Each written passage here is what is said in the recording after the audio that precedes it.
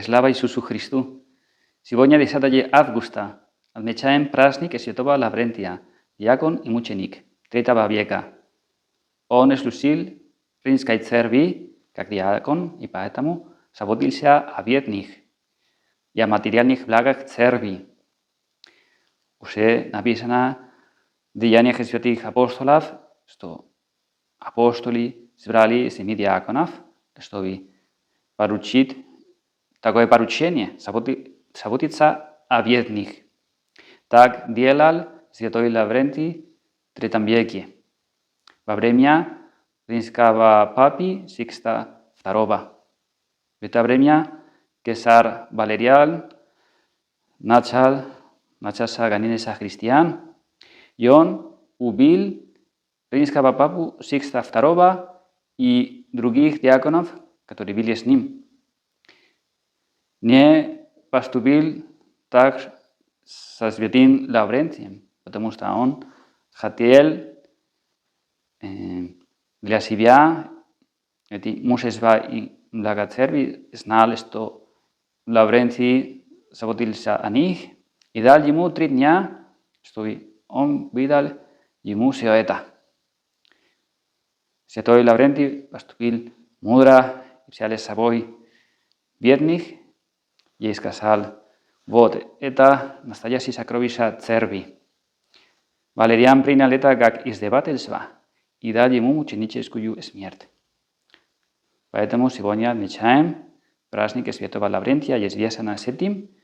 Каждый год 7 августа отмечаем праздник мученика святого римского папы Сикста II и сподвижников, диаконы, которые с ним умерли. На самом деле, это известная фраза святого Лаврентия действительно так. Церкви бедные – это настоящее сокровище, потому что знаем, как Иисус Христос научил нас, что когда помогаем бедным, нищим, Ему помогаем, Ему все это делаем. Иисус Христос, будучи богат, стал нищим, чтобы обогатить нас своей нищетою. И Он постоянно заботился о бедных, о нищих. Нам нужно делать так же. Церковь с самого начала это делает. Как уже говорил, даже апостоли собрали диаконов, дали ему это определенное поручение. И другое свидетельство дает нам святой Павел, когда он говорит в послании к Галатам, что когда он встретился со святым Петром, он дал ему такой совет, чтобы не забывал о бедных. И он говорит, что старался не забывать всегда делать это. С самого начала церковь заботится обо всех, потому что Бог хочет, чтобы все люди спаслись. Нужно заботиться обо всех, но особым образом о бедных, потому что христиане видят бедных самого Иисуса Христа. Ему, когда помогаем бедным, прямо Ему помогаем, это делаем. Связано с этим, надо сказать, что, конечно, знаем, что в церкви главная заповедь, первая заповедь – это любить Бога, и вторая – любить ближнего. И это всегда в первую очередь. Всегда в первую очередь любовь, милосердие. Что это делать – это наша цель. Любить Бога, ближнего, но для этого нужны средства. Если хотим любить Бога, поклоняться Богу, нам нужно тоже храм, церковь, алтарь, орнаты, вещи для богослужения, например. И если хотим любить действительно ближнего, i on нуждается чем-то, нужно ему помогать. Например, нужна еда, питье, дом, тепло, одежда. Если говорим, что любим ближнего, но видим его, и что он нуждается в этом, надо дать эти средства. Бог создал нас такими, душа и тело вместе. Поэтому главное – любовь, милосердие к Богу, к ближнему. Но тоже это, эти средства, что это делать. Поэтому надо поддерживать баланс. Всегда на первом очередь любовь, но одновременно нам нужны эти средства. Поэтому в церкви тоже есть такие средства. Но если сохраняем, соблюдаем этот порядок, тогда все сохраняется, ничего не испортится. Но когда человек, когда люди, даже христиане, меняют этот порядок и думают, что на первом очередь это богатство, материальные вещи, все это, тогда порядок не соблюдается и все испортится. И даже я хочу тоже добавить не историю, но факт, связано с этим. Традиция говорит, что в это время 3 дня, которые дал ему Валериан, святому Лаврентию, он успел защищать эти блага, чтобы они не украли. Это произошло несколько раз в истории церкви. И он ради всего этого он успел защищать и отправить в безопасное место чашу Господню. То есть чаша, с которой Иисус использовал тайна вечери. И так говорит традиция, даже Базилики Святого Лаврентия в Риме, Клавице Campoverano, там были фрески, там были нарисовано, что он передал военному человеку, солдату, чашу, чтобы он отправился в безопасное место, как раз в Испанию, откуда он был родом, где жили его родители, в городе Huesca, на севере Испании. Там даже есть в III веке церковь не была очень развита, но там есть несколько свидетельств, что там была вокруг этого города такая важная чаша. Потом там скрыл святой Лаврентий эту драгоценную вещь, чаша Господня. И потом об этом говорили в прошлом месяце по поводу праздника Святого Якова.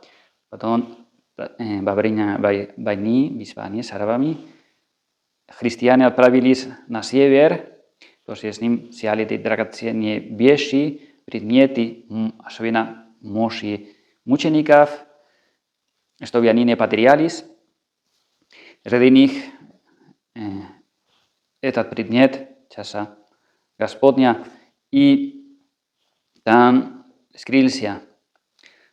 И уже есть свидетельство, что находилось в монастыре на севере Испании, около города Huesca, в монастыре San Juan de la Peña, в горах. И документы, уже ясные документы есть в 1399 году, когда король Арагона, этого региона, взял к себе эту драгоценную вещь и отправил ее в столицу, в город Зарагоза, потом в город Валенсия, когда пришла, это было 1422 года. И с этого момента храняется там, в кафедральном соборе, так называемый Санто Калис, святая чаша. Святой Иоанн Павел II использовал ее во время мессы, когда посетил город в 1982 году. Тоже Бенедикт XVI использовал эту чашу во время мессы, когда он посетил город несколько лет спустя. Архиепископ города Валенсии, монсеньор Olaechea, в середине прошлого века, поручил профессору археологии города, университета этого города, профессору Белтрану, исследовать этот предмет, и он заключил, что, как обычно говорит археология, не можно подтвердить, что эту чашу использовал Иисус Христос, но ничего против этого. То есть, на самом деле, эта чаша состоит из 3 частей. Верхняя часть, на самом деле, можно говорить, что это вокруг 1 века, и чаша, как этот вид чаши, как обычно используют евреи во время Пасхи. Важно если совпадает, конечно, очень хорошо, но церкви не боимся правду, истину. И если, конечно, главное то, что научил нас Иисус Христос, откровение Бога, учение церкви, спасение, благодать, любовь, милосердие. Но одновременно нужны эти средства. И церкви не боимся правду, истину, даже всегда церковь поддерживала науку, историю, исследования. И потому что церковь – это народ Божий, и история церкви – это история народа Божьего, история милосердия Божьего к нам. Бог, который, и веруем, что Бог действовал во время пространства, сегодня, сейчас, действовал действительно. И мы, христиане, сохраняем эту память, потому что хотим вспоминать милосердие Божьего, то, что Он делал для нас, Бог, который действовал в истории, через дела и слова. И когда возможно, сохраняем эту память, чтобы вспоминать, чтобы благодарить, чтобы не забывать. Поэтому, как важно эти предметы, особенно в церкви храняются мощи, когда мощи святых мучеников, потому что особенно Бог действует через них, через святых. И поэтому, когда возможно, храняем это. Сегодня обращаемся к святому Лаврентию. Пусть он поможет нам не забывать, что вернее это настоящий сокровища церкви, когда им помогаем, это делаем самому Иисусу Христу.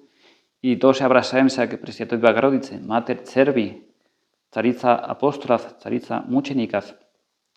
Пусть она поможет нам не забывать, как Бог действовал во время пространства, действительно в истории. И эта история церкви, это история милосердия Божьего к нам. Слава Иисусу Христу!